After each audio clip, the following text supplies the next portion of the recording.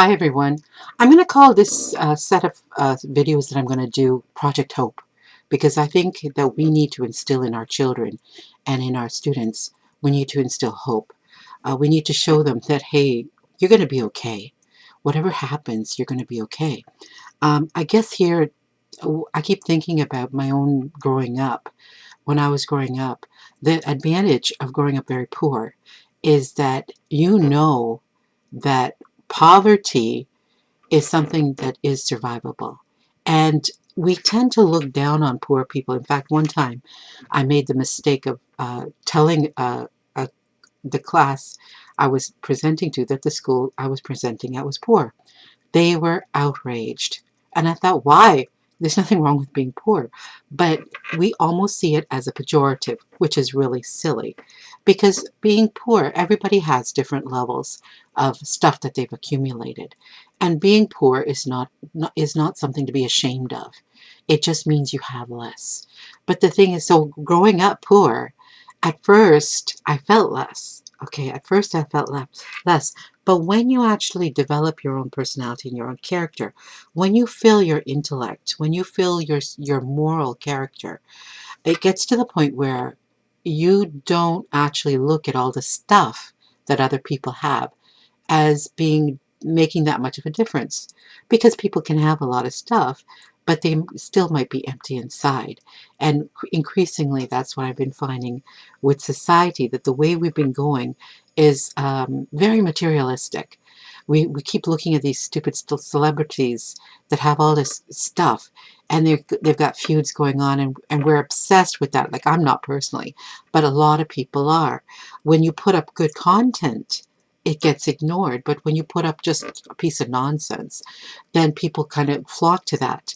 Now, that doesn't mean that we have to buy into that. You can buck the trend. And in fact, when you buck the trend, when crises like this happen, you can actually weather them okay. Now, it's never too late to steady your boat, okay? Like, having grown up so poor, I never did get involved in a lot of the materialistic competition. So what we've always done is live with below our means, actually. And as I grew and as I became an author and everything like that, even when I could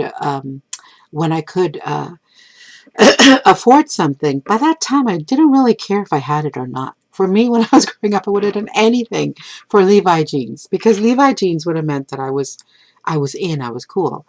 Now, uh, no thanks, it's okay. I'm fine. I don't wear brand name clothing.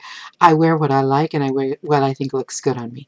So you can get to that point where you grow and you don't need to compete in that manner. It's a growth curve. So this whole situation can be looked as as an opportunity, to regroup, rethink our priorities, and get back on track. Now, one of the other things that I should mention is that, look, there have been crises going on in countries all over the world. People have been suffering, and it's been the height of hubris for North America and Western societies think, well, that's them. That could never happen here. Well, obviously it can. Anyone can have the rug pulled out from underneath them. Anyone can have their whole life order turned upside down, especially when you have the wrong person in charge. The leadership is really crucial. And for the longest while, the third world has had horrible leadership, but that basically pillages their community and steals from them and just puts all the money in offshore accounts.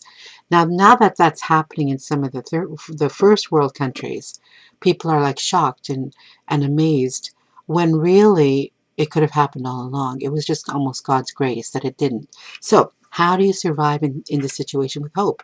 First of all, you focus on what you can control. Okay, are you okay? Do you have a roof over your head? Do you have food in the fridge? Okay. Are you okay? Do you have money to last the next day? If you do, then don't worry about it. You're actually in a good situation. If you don't have money, now this is what I grew up with. You don't have money.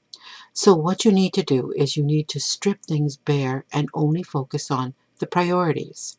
Now, I mean, I've seen calls for help where people are saying, "Oh, I've got a baby. I need to buy diapers." No, diapers are not more important than food. Okay, yeah. The thing is, people actually think that you need disposable diapers. Most of the world, when I was growing up, we used cloth diapers. We washed them, okay? They are cheaper. You just wash them. When my kids were born, I used cloth diapers for a long time until the twins came around. Then it became like unmanageable. But for my first child, I used cloth diapers. You can use cloth diapers. Buy the cloth, and it's a matter of regrouping. It's a matter of retooling things. When you have little money, you have to buy good, nutritious food that will last. Things like dried beans. Okay, beans are some of the cheapest food out there, and they're protein and they're nourishing. Okay, don't don't go for takeout. Okay, don't. It's the time to learn how to cook. It's the time to learn how to make your own food, and don't go and start. Uh, Thinking that you need luxuries for your mental health. I mean, I actually, on one Twitter feed, this lady was complaining about this guy who said that, oh, if you're unemployed and you have debt, you should not see the inside of a restaurant unless you work there. And I thought, well, yeah, obviously. Growing up, we never did takeout. We didn't do restaurants. We made our own food. And the thing is that making your own food, it's more nutritious, it's cheaper, it's better for you. Okay, and this one person blocked me because I actually agreed with the guy. I said, yeah, he's right. And then she said, oh, for my mental health, I have to do blah blah blah. And I just thought, oh my gosh, really? Then if you're in debt, then that's not going to get you out of debt. You can't fool yourself and think that, oh, I can still live the standard of living that is fed to us through videos and social whatever on the television, where we're brainwashed to think, well, that's life. We should be able to treat ourselves. It's nonsense. When you're in survival mode, there's no such thing as treating. You have to kind of rejig your mentality and your attitude, okay? And if you can do that, then you can survive. And then one day, yeah, sure, you can splurge when you can afford it. So all these things are things we need to teach our children. Give them an allowance. Absolutely, they need to learn how to manage money. I mean, I had a paper route where I used to earn a little bit of money, and I learned pretty quickly that, hey, if I blow all my money, I'm not going to have any for a long time, and I'm going to feel poor. So what I did, I learned to kind of control my needs versus my wants, and these are all things. This is an excellent opportunity to to to teach some to teach our pretty entitled kids some life skills that they're going to need going forward. So that's my first message for today. Control what you can. Like, what you have control over is yourself, your family, your environment. Don't obsess about the things that are going on beyond your control. Just focus on them. Take care of your family. Take care of the things that are closest to you. And what you will find when you do what's responsible, okay, there's a different kind of a payoff. I mean, with when you treat yourself and you splurge, it can be fun. But when you actually do what's responsible, you can actually grow your own self-esteem to the point where you think, you know what?